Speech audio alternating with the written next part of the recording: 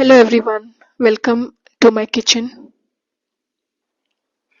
ഇന്ന് ഞാനിവിടെ കാണിക്കേണ്ടത് കർണാടകത്തെ ഒരു സ്പെഷ്യൽ ബ്രേക്ക്ഫാസ്റ്റ് ആണ് നീർദോശപ്പതിയും. ഇത് ഓൾറെഡി ഞാൻ ഒരു തവണ എന്റെ ചാനൽ ഇട്ടുണ്ടായിരുന്നു, അത് ഞാൻ ഇവിടെ ടാഗ് ചെയ്യാം. ആദ്യം 1 കപ്പ് പച്ചരി അല്ലെങ്കിൽ ഇഡ്ലി റൈസ് ഒരു 4 to 5 hours വെള്ളത്തിൽ സോക്ക് ചെയ്തിട്ട് തേങ്ങ ഇട്ടിട്ട് അരച്ചെടുക്കണം. ഞാൻ ഓൾറെഡി അരച്ചെടുത്തു. പിന്നെ അതിൽ ഇത്തിരി ജീരകം ഇട്ടിട്ട് ഇങ്ങനെ വാട്ടർ മാതിരി ഉണ്ടാവണം. ഇങ്ങനെ കുറച്ച്, അതുകൊണ്ട് നീര് പറഞ്ഞ കന്നഡയിലെ വാട്ടർ ആണ്.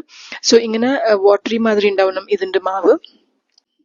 പിന്നെ ഇങ്ങനെ റവദോശ മാതിരി ഇങ്ങനെ പരത്തിയെടുക്കണം. നമുക്ക് ഇങ്ങനെ നോർമൽ ദോശ മാതിരി നമുക്ക് പരത്താൻ പറ്റില്ല. ഇങ്ങനെ തവല ഇങ്ങനെ ഒഴിച്ചിട്ട് കുറച്ചു നേരം അടച്ചു വെക്കണം. 2-3 minutes സിമ്മിലാക്കി അടച്ചെടുക്കണം. പിന്നെ അത് നന്നായിട്ട് അതങ്ങോട്ട് എടുക്കാൻ കിട്ടും. പിന്നെ ഇതാണ് നീർദോശ. നല്ല ടേസ്റ്റുള്ള ബ്രേക്ക്ഫാസ്റ്റ് ആണ്. ഓയിലൊന്നും വേണ്ട, നല്ല ഹെൽത്തിയും ബ്രേക്ക്ഫാസ്റ്റ് ആണ്.